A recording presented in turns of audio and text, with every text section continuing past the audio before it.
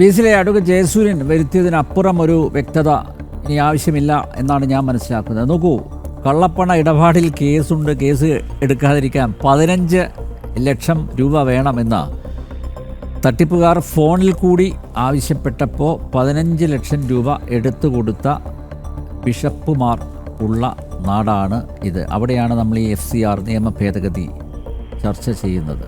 അപ്പോൾ അത് മനസ്സിലാക്കരുത്. താങ്കൾ നേരത്തെ പറഞ്ഞത് പ്രകാരം, അതായത് ഇതെല്ലാം സുതാര്യമായിട്ടും സത്യസന്ധവുമായിട്ടാണ് വിനിയോഗിക്കപ്പെടുന്നത് എന്ന് ആവർത്തിച്ച് പറയുന്നു. പക്ഷേ ഈ ക്രൈസ്തവർക്ക് പോലും, അഡ്വക്കേറ്റ് ജയസൂര്യൻ അദ്ദേഹത്തോട് ചിലരൊക്കെ പറഞ്ഞതുപോലെ എന്നോട് പറഞ്ഞിട്ടുണ്ട്, ഞങ്ങൾക്കൊരു 10 പൈസ കിട്ടുന്നില്ല എന്നുള്ളത്. ഇതൊക്കെ ഡൈവേർട്ട് ചെയ്യപ്പെടുകയാണ്. ഈ ഒരു ഡൈവേർഷൻ ഇത് വകമാറ്റി ചെലവഴിക്കുന്നു. ഫണ്ട് വിനിയോഗം അത് വകമാറ്റി പോകുന്നു. അതിലുള്ള ആശങ്ക ആ സമുദായത്തിലുള്ളവർക്ക്, സമൂഹത്തിലുള്ളവർക്ക് ഉണ്ട്.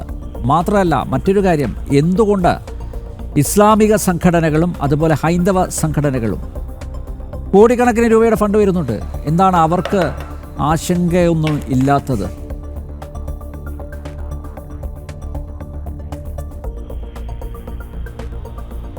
അതായത് അനിൽ നമ്പ്യാർ പറഞ്ഞത് ഏതോ ക്രിസ്തീയ മതത്തിൽപ്പെട്ട, ഞാൻ എന്തായാലും ഇവിടെ CBCയുടെ പ്രതിനിധിയായിട്ടല്ലോ, കോൺഗ്രസിൻ്റെ പ്രതിനിധിയായിട്ടിരിക്കുമ്പോൾ കൃത്യമായിട്ട് ഞാനൊരു കാര്യം പറയാം. അനിൽ നമ്പ്യാർ അതുപോലെ തന്നെ അനിൽ നമ്പ്യാർ എന്ന് പറഞ്ഞാൽ അനിൽ നമ്പ്യാരുടെ ഏതോ ആളുകൾ പറയാറുണ്ട്, പറയുന്ന BJP പ്രതിനിധിയോടും ഏതോ ആളുകളൊക്കെ പറയും. അതുപോലെയൊക്കെ ഞാൻ ഈ പറയുന്ന പോലെ KSUവിൻ്റെ സംസ്ഥാന സെക്രട്ടറി, ഇപ്പോൾ എനിക്ക് ചാർജുള്ളത് കാസർഗോഡ് ജില്ലയാണ്.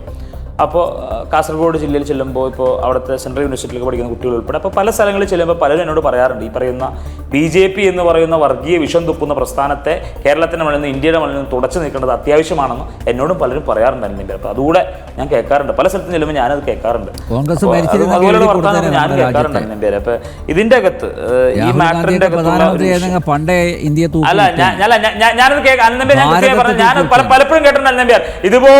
ഇതുപോലെ ഡ്രാക്കുള വിഷം കുടിക്കുന്ന പോലെ പാർലമെന്റിലെ ഓട് പൊളിച്ചിട്ടാണല്ലോ നരേന്ദ്രമോദി സഹമന്ത്രിമാരൊക്കെ ഓട് പൊളിച്ചിട്ടാണല്ലോ ആവശ്യകതയാണ് എന്ന് നരേന്ദ്രമോദിയും അമിത്ഷായും ഒക്കെ മതിയായ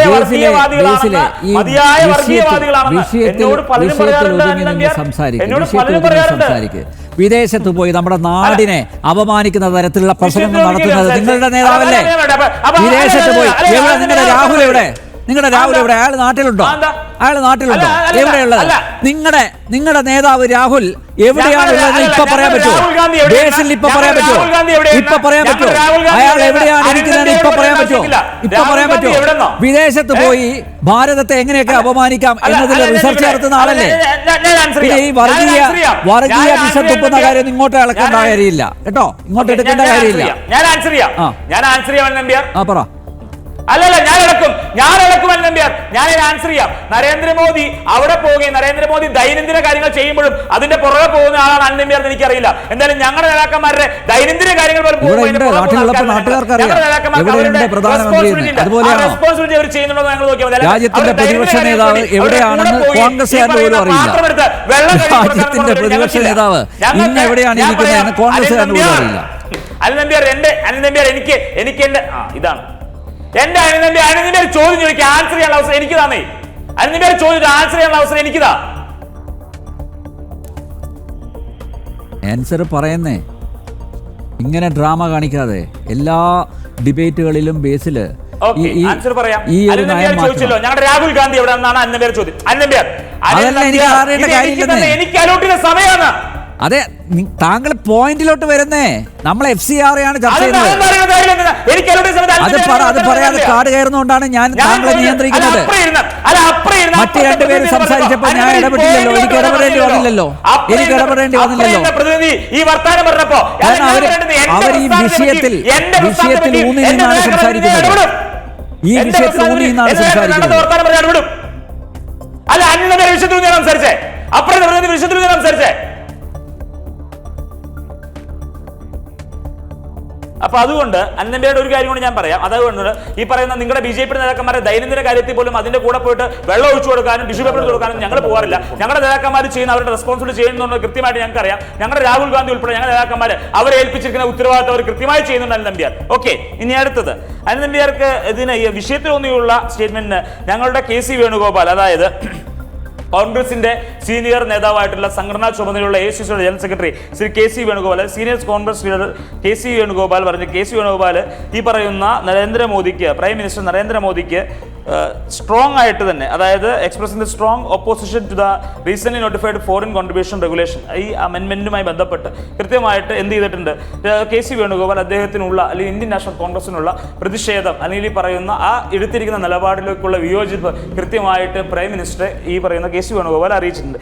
KC വേണുഗോപാൽ അത് മാത്രമല്ല, അതിനൊപ്പം തന്നെ ഈ പറയുന്ന പെനാൽറ്റി വെച്ചിരിക്കുന്ന ഒരു സിസ്റ്റം അല്ലെങ്കിൽ ഈ പെനാൽറ്റി കാൽക്കുലേറ്റ് ചെയ്യുന്ന ആരാണ് എന്താണെന്നതിനെ പറ്റിയുള്ള കൃത്യമായുള്ള വ്യക്തമാണ്. KC Venugopal he has also objected to the penalties prescribed under the new rules, including the fines up to 30% of an organization's fund or minimum of 1 lakh for administrative violations or operating outside approved geographical areas. ഇതിലൊരു വ്യക്തത വരുത്തിക്കൊണ്ട് ഇതാദ്യം സമ്പത്ത് പറഞ്ഞോളൂ, ഇത് ആരാണിത് monitor ചെയ്യുന്നത്, ആരാണിത് കൈകാര്യം ചെയ്യുന്നത്? ഇതൊരു BJPയുടെ സിസ്റ്റം, ആ BJP എന്ന് പറയുന്ന വർഗീയ സിസ്റ്റത്തെ, ആ സിസ്റ്റം ഇന്ത്യയിലുള്ള എല്ലാ ട്രസ്റ്റുകളെയും ഇന്ത്യയിലുള്ള എല്ലാ മതസംഘടനകളെയും ക്രിയാത്മകമായിട്ടും എല്ലാ തരത്തിലും അതിനെ കൈകാര്യം ചെയ്യുമ്പോൾ സ്വാഭാവികമായും അവർക്ക് ഫേവറബിൾ അല്ല എന്ന് പറഞ്ഞാൽ അവർക്ക് ഫേവറബിൾ അല്ലാത്ത അവരുടെ ചട്ടക്കൂടിൽ അവർ പറയുന്നത് കേട്ട് അവർ പറയുന്നത് അനുസരിച്ച് അവരുടെ കീഴിൽ നിൽക്കാത്ത എല്ലാവരെയും പുറത്താക്കുന്ന തരത്തിലേക്ക്, എല്ലാവർക്കും പെനാൽറ്റി ചുമത്തുന്ന തരത്തിലേക്ക്, അങ്ങനെ ഒരു ഏകാധിപത്യ ശൈലിയിലേക്ക് ഇത് പോകാൻ പാടില്ല എന്നുള്ളതാണ് ഇന്ത്യൻ നാഷണൽ കോൺഗ്രസിന്റെ നിലപാട്, എന്നുള്ളതാണ് ഈ കേരളത്തിലെയും ഇന്ത്യയിലെയും സാധാരണക്കാരനായ ഓരോ യുവാവിന്റെയും ഓരോ യുവതിയുടെയും ഓരോ ആളുകളുടെ നിലപാട് തന്നെയാണ്. എല്ലാ മതത്തിലും വിശ്വസിക്കുന്ന ആളുകളുടെ നിലപാട് തന്നെയാണ്. ഇത് ഒരു പർട്ടിക്കുലർ മതത്തിൽപ്പെട്ട ആളുകൾ അല്ലെങ്കിൽ ഒരു വർഗീയ സംഘടനയുടെ RSSന്റെ, പച്ചയ്ക്ക് പറഞ്ഞാൽ RSSന്റെ കൺട്രോൾ ഓഫ് RSSന്റെ കയ്യിലേക്ക് ഈ പറയുന്ന സാധനത്തിന്റെ താക്കോൽ RSSന്റെ കയ്യിൽ ഏൽപ്പിക്കാൻ വേണ്ടിയിട്ടുള്ള BJPയുടെ വർഗീയ അജണ്ട തന്നെയാണിത്. ആ കാര്യത്തിൽ സംശയമില്ല. അപ്പൊ അതിന് വ്യക്തത വരുത്താൻ വേണ്ടിയിട്ടാണ് ഞങ്ങളുടെ കോൺഗ്രസിലെ സീനിയർ നേതാവായിട്ടുള്ള AICC general secretary KC Venugopal അതിന് വ്യക്തത വരുത്തിയേ മതിയാവും. വിവേകപൂർവ്വം സംസാരിക്കേ, നിങ്ങളെ ഇതിനെ എതിർത്തോ? പക്ഷെ ഈ മണ്ടത്തരങ്ങൾ പുലമ്പാതെ ദയവ് ചെയ്ത് നിങ്ങൾ ഭാവിയുള്ളൊരു നേതാവാണ്. നിങ്ങൾ ഈ RSSലൊക്കെ കൊണ്ടുപോയി കെട്ടുകയെന്ന് വെച്ച് കഴിഞ്ഞാല് കഷ്ടമുണ്ട്. നിങ്ങൾക്ക് തന്നെ ചിരി വരികയാണ്, ബേസിൽ തന്നെ ചിരിക്കുകയാണ്, ബേസില് മറ്റ് പോയിന്റുകളൊന്നും ഇല്ലാത്തതുകൊണ്ട് അവസാനം പേടിക്ക് RSSന്റെ മണ്ടയിലിരിക്കട്ടെ, തലയിലിരിക്കട്ടെ എന്ന് വിചാരിച്ച് ചെറുപ്പക്കാരനല്ലേ, അതെന്നും അനിൽ സ്റ്റേറ്റ്മെന്റ്, അതുകൊണ്ടാണ് ഞാൻ ചിരിച്ചേ.